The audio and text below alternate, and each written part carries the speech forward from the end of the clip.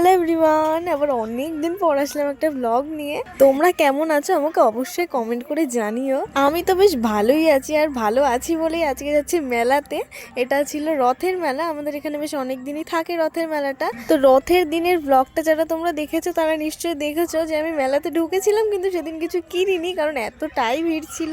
আজকে কিন্তু ভিড়টা বেশ ভালোই কম আছে, তো চলো দেখি কি কি কেনা যায় মেলা থেকে। আর এখানে দেখো একজন তো বিশাল বিজি, আর একজনকে নিয়ে ভিডিও তুলছি। ভিড়টা যে খুব একটা কম তেমনটা আমি বলবো না, কিন্তু রথের দিনের থেকে যথেষ্ট কম ছিল। রথের দিনের ব্লগে অনেকে আমাকে দেখছি কমেন্ট করেছো যে এই মেলাটা কোথায় হয়, বা অনেকে আমাকে ইনবক্সেও জিজ্ঞেস করেছো। তো এই মেলাটা হয় বিরাটির, আর রথটা বণিক মোড় থেকে মহাজাতি পর্যন্ত আসে। যারা বিরাটি থেকে দেখছো আমার ভিডিও তারা তো জানবেই, মানে বিরাটির বাইরে যারা জিজ্ঞেস করেছো আমাকে তাদের উদ্দেশ্যেই বলা।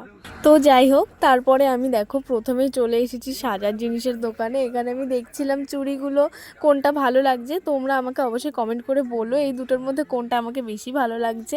দুটো না তিনটে দেখেছিলাম, তো বললাম কি কোনটা বেশি ভালো লাগছে। তো তারপরে আমি আর একটা দোকানে চলে গেছিলাম, আর এখান থেকে বেশ কয়েকটা কানের দেখেছি। তো তার মধ্যে আমার একটা পছন্দ হয়ে গেছিলো, আমি নিয়েও নিয়েছিলাম। আর এই দুটোর মধ্যেও আমি কনফিউশনে পড়ে গেছি যে কোনটা ছেড়ে কোনটা নেবো, কারণ দুটোই খুব সুন্দর লাগছিল। আচ্ছা, আমাদের গোপালের মা, মানে গোপালের দিদি,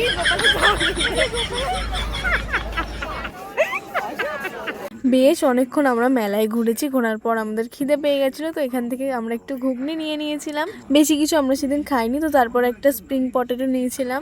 এক জায়গায় যে দাঁড়িয়ে খাবো সেটারও সুযোগ হয়নি, কারণ রাত হয়ে গেছিলো অনেকটা, বেশ সবারই বাড়ি যাওয়ার তাড়া ছিল। তো ওখানে খেয়ে যাই হোক তাড়াহুড়ো করে আমরা বেরিয়েছি ওখান থেকে। আর বাড়ি যাওয়ার সময় নিয়ে নিয়েছিলাম একটু জিলিপি।